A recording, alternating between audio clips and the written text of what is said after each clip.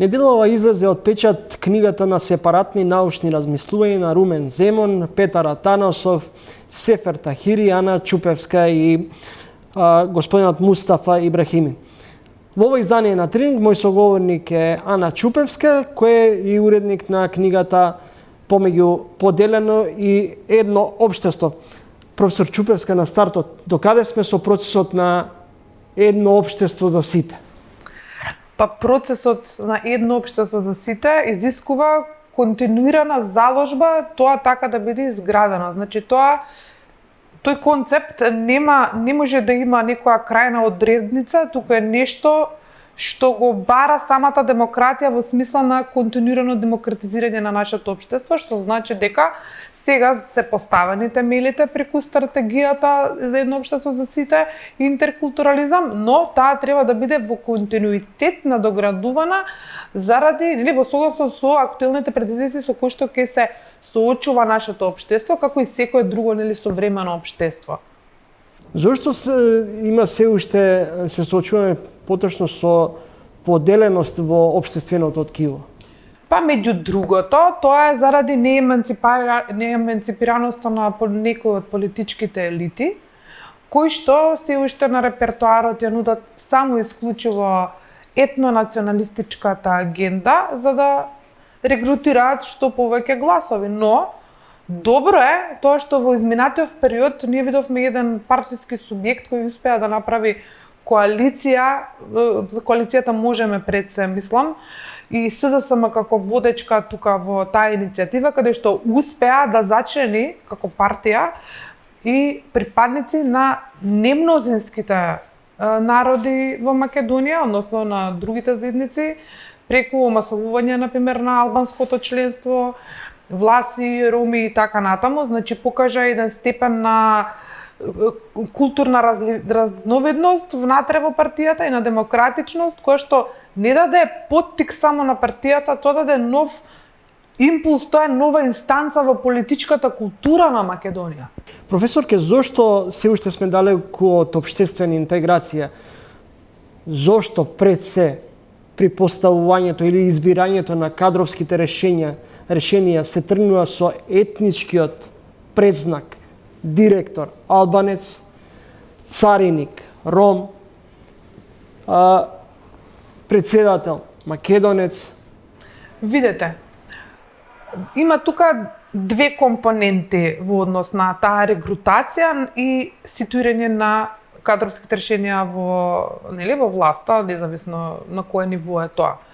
Првиот принцип е дека вистина постојат групно специфични права кои што се гарантирани на луѓето кои што се припадници на заедниците во Македонија и тие права треба да бидат остварени. Едно од тие права е учество во власта, значи споделување на моќта преку power sharing-от. Тука имаме назначувања на другите заедници во институциите, но проблемот не е тоа. Проблемот е што повторно партиско е регрутирањето, значи мора да помине партискиот филтер за да некој биде албанецот во определена институција, директор да речем. Меѓутоа, дали е тоа само албанецот како таков или е албанецот со мерит систем регрутиран, а не партиски систем или не од ДУИ да речеме, нужно. Што сакам да кажам? Многу убав илустративен пример, вие бевте присутен на промоцијата, посочи председателот Пендаровски во врска со назначувањето на Муслију како прв во разузнавачката служба. Кога се фактички бил соочен со отпор од партиите, односно од тие што се присутни во власта, затоа што не го поминал партискиот филтер. Мала дигресија, ние подолг период се соочуваме со политичко-историска конфронтација со нашиот источен сосед Бугарија. Каде го гледате излезот во ваква ситуација на оспорување во делот на историјата, културата, нацијата? Да, драматично е вистина тоа што се случува со одновото реактуализирање на македонското прашање и проблематизирање на македонскиот идентитет. Тоа од страната на бугарите, посебно преку декларацијата која што тие донесоа. Но она што е видливо тука и што може да се околу кое што би можело да се најде компромис е тој да биде решен тој така наречен конфликт во сеќавањето. Сите земји блиски, па дури подалечни имаат такви конфликти на сеќавање, конфликти во меморијата, интерпретацијата на меморијата, интерпретацијата на историјата во крајна линија, таа секогаш зависи нели од политичкиот контекст. И во тој правец тука камен на стапнување беше споделената историја, односно shared history. Сега, кај бугарската страна тоа се преведува, ако не се лажам, на бугарски општа, така некако стои општа историја, што со директно значење на заедничка историја, но shared history значи фактички споделена историја. А тоа е факт, таа е фактичката историја. Секоја историја е споделена, нема една национална историја. Не постои такво нешто во науката. Постоја, значи доминантното историско знаење кое што е поврзано со 19-тиот век е, нели, национал-шовинистичко во главном, за обединувачки, хомогенизирачки и слични цели. Меѓутоа во 21-виот век науката на историјата, кој сакате историчар, прашате го, ќе ви каже дека историјата е трансисториска, контекстуално реактивна и во крајна линија секоја национална историја е исподелена историја со блиските народи, со внатрешните народи и така натаму. Така да во овој дел конфликтот мора да биде решен. Во платформата која неделава ја објави ВМРО-ДПМНЕ после Конгресот, направени се одредени помалку симптоматични тези има во платформата, тоа дека само на едно место се спомнува етничкиот контекст, албанец, србин. Што во вас ви говори? Искрено да ви кажам, ја земав многу темелно ја прочитав програмата. Бев поттикната од загрижувачкиот цитат даден од Мицковски пред некој ден на телевизијата. Тој го цитираше фактички Мусолини. Да се обединиме, вели, како снопови на тенки дрвца во, нели, заедно и да продолжи. Значи сноп на тенки дрва или на гранки, сноп на гранчиња, поточно кажано, во превод значи фасцијо.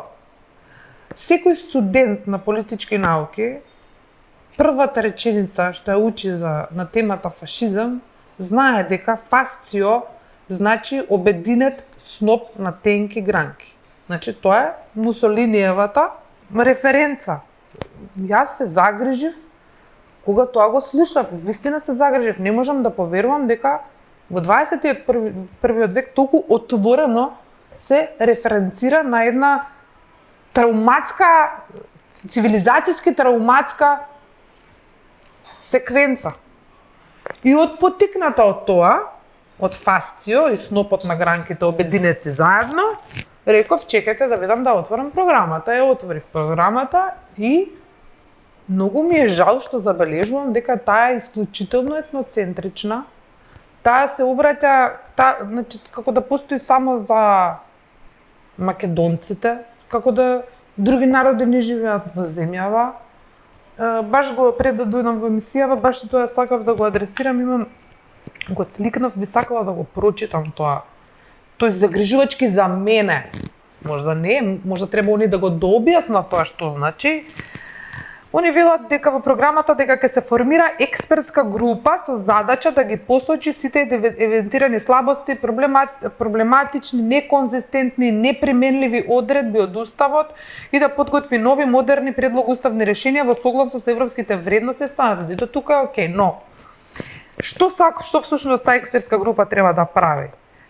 Таа група вели ќе се темели на две константи. Прво, зачување на унитарниот карактер на Македонија и уредување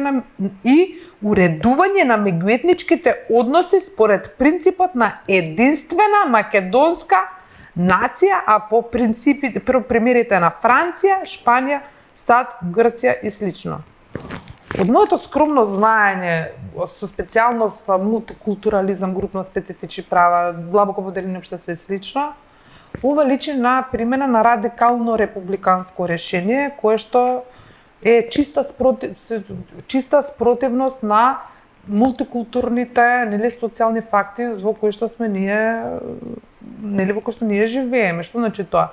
Тоа значи примена на една нацилиберална доктрина, која што е застарена дури за општества кои што спаѓаат во таа категорија, са без да именувам поедини држави, примерите кои што се тука наведени се несоодветни репер за.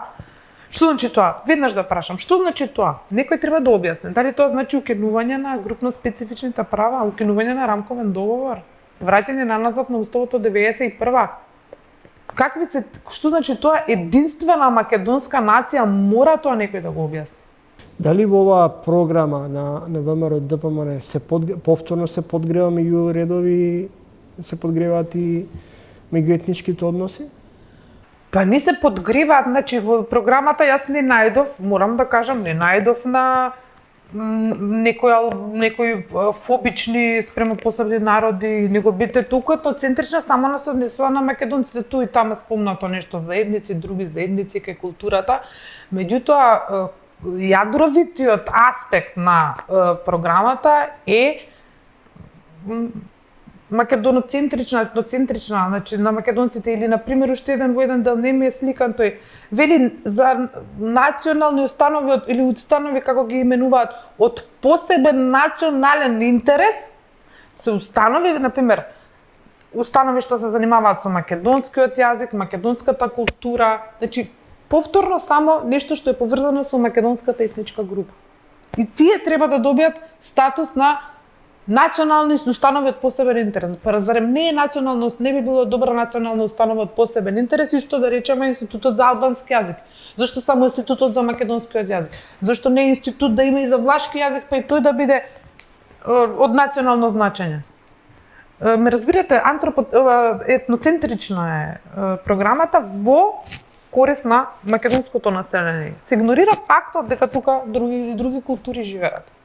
Ви благодарам за гостувањето во емисијата. Благодарам и на вас.